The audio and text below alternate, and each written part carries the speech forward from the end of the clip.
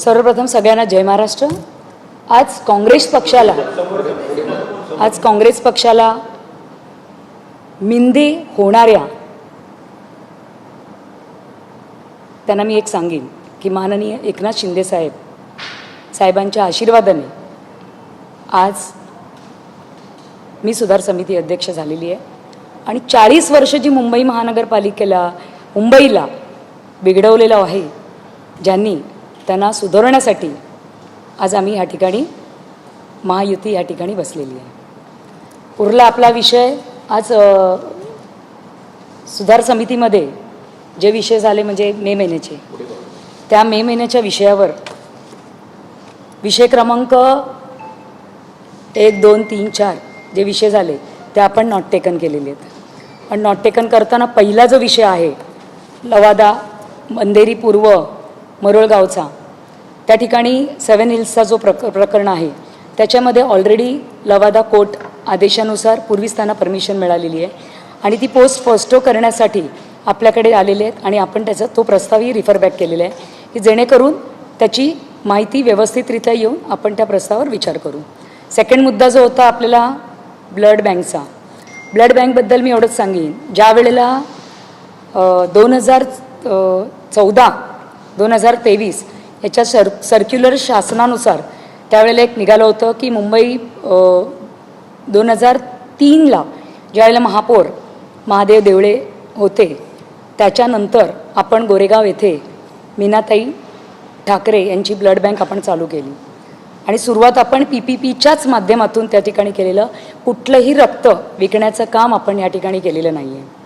या ठिकाणी आपण NAT माझे किरण लांडगे साहेबांनी आज मीटिंगमध्ये एक मुद्दा उचलला, याच्यावरच त्यांनी सांगितलं NATची मशीन या ठिकाणी सगळी ठिकाणी लावण्यात यावी, जेणेकरून त्याच्यासाठी आपण हा रिफर बॅक हा मुद्दा आपण केलेला आहे।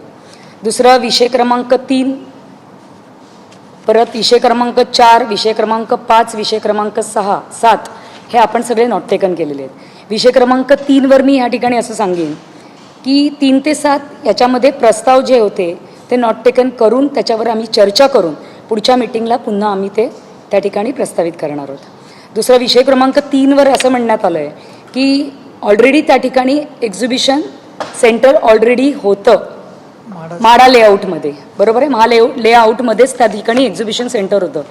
तर मला एवढंच या ठिकाणी सांगायचं आहे, फुटबॉल असोसिएशनचे अध्यक्ष यांना आपल्या घराच्या बाहेर श्वास घ्यायला मोकळं मैदान हवं आहे का, त्याच्यासाठी त्यांनी हा प्रस्तावाचं क्लॅरिफिकेशन या ठिकाणी देण्याचं काम केलं आहे असं मला या ठिकाणी म्हणायचं आहे।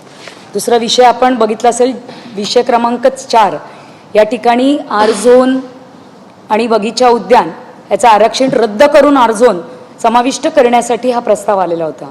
या प्रस्तावाला पण बोलताना मी या ठिकाणी असं सांगेन 1991ला DP आर झोन हा ऑलरेडी होता आणि 2018ला मंजूर DP करताना केल्यानंतर हा प्लॉट हा कोणाला जास्त आवडला हा समोरच्यानी विचार करावा, म्हणून या ठिकाणी आम्ही हा प्रस्तावसुद्धा नॉट टेकन केलेला आहे की जेणेकरून पुढच्या टायमाला काही विशेष काही माहिती आहे चर्चा होईल आणि त्या चर्चेवर आम्ही ते मुद्दे पुढच्या टायमाला चर्चेत घडवून आणू। या 4 प्रस्तावातले नेमके 2 प्रस्ताव कोणते परत येतील आणि कोणते येणार नाहीत? आम्ही जे नॉट टेकन केलेत ते सगळे प्रस्ताव आम्ही पुन्हा घेणार आहोत। विषय क्रमांक बघा, पहिला विषय रिफर बॅकचा आहे, 7 हिल्सचा आहे, तो तर पुन्हा आम्ही त्या ठिकाणी घेणारच आहोत। सेकंड विषय आहे ब्लड बँकचा, आपल्या किरण भाऊंनी जे त्याच्यामध्ये अट घातलेली आहे NAT त्या ठिकाणी मशीन सगळीकडे लावण्यात आली पाहिजे, तो एक मुद्दा पुन्हा आम्ही त्या ठिकाणी आणणार आहोत। तिसरा विषय आहे नॉट टेकन केलेला ते एक्झिबिशन सेंटरचा आहे, तोही आम्ही चर्चेला घडवून त्या ठिकाणी आम्ही पुन्हा त्या ठिकाणी आणणार आहोत।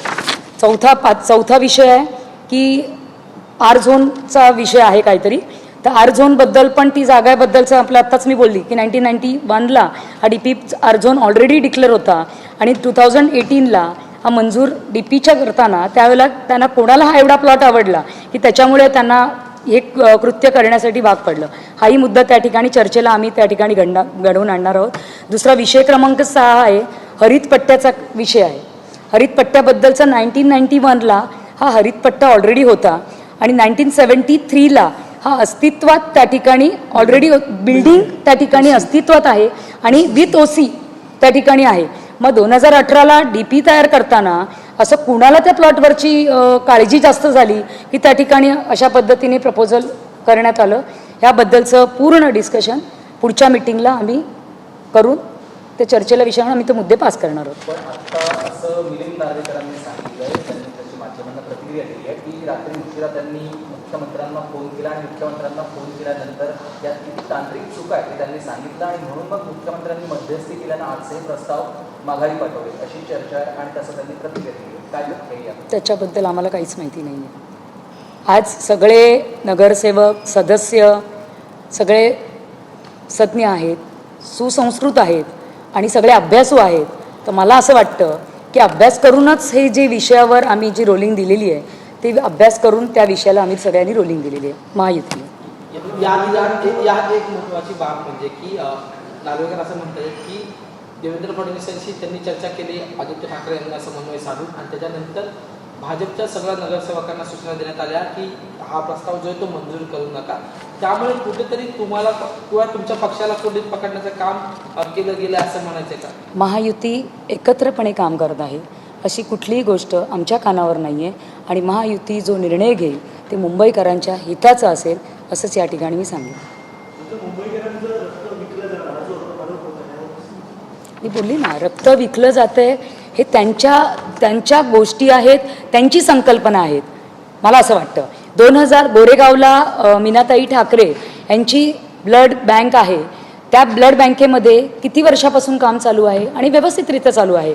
आणि मला असं वाटतं की हा प्रस्तावसुद्धा की आपले महादेव देवळे साहेब ज्यावेळेला महापौर होते त्या टायमाला हा प्रस्ताव आपण पास केलेला आहे, धोरण आखलेलं आहे आणि त्या धोरणात्मक निर्णय घेऊन आपण ही पतपेढी PPच्या माध्यमातून आपण स्टार्ट केलेली आहे. म्हणून रक्त कुठे विकलं जाईल असं मला वाटत नाही आहे.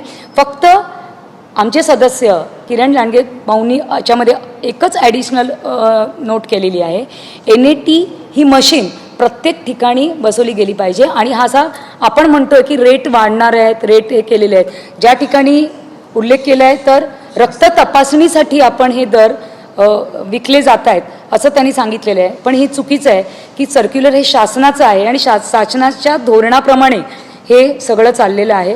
पण मला असं कुठेही वाटत नाही आहे की आपण रक्त कुठेतरी मुंबईकरांचं कुठेतरी विकतोय.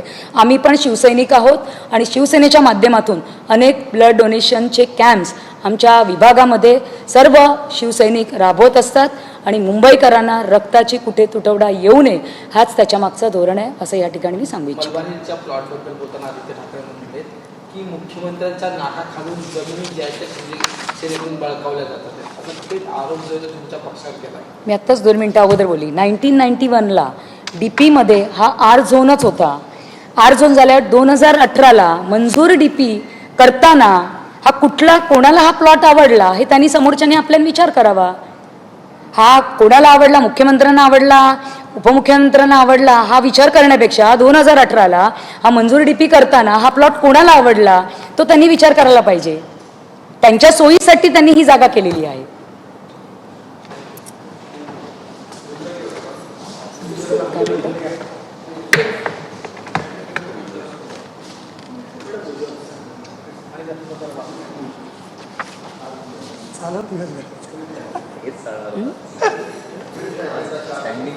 आणि एप्रिलच्या एजेंडाबद्दलचं तुम्हाला कल्पना असेलच काय झालं ते.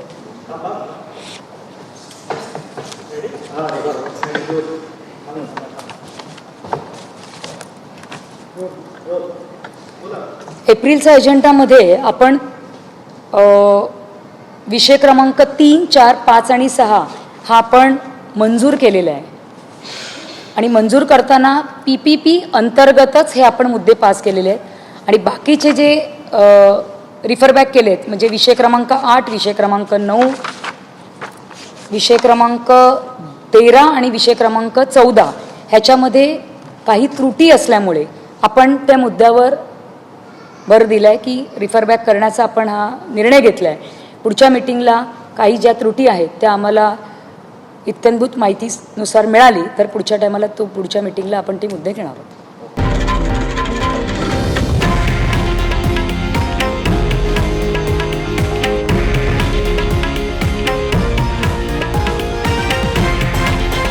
हे आहे देशातील नंबर 1 न्यूज नेटवर्क आणि आपण पाहत आहात TV9 मराठी, एकमेव.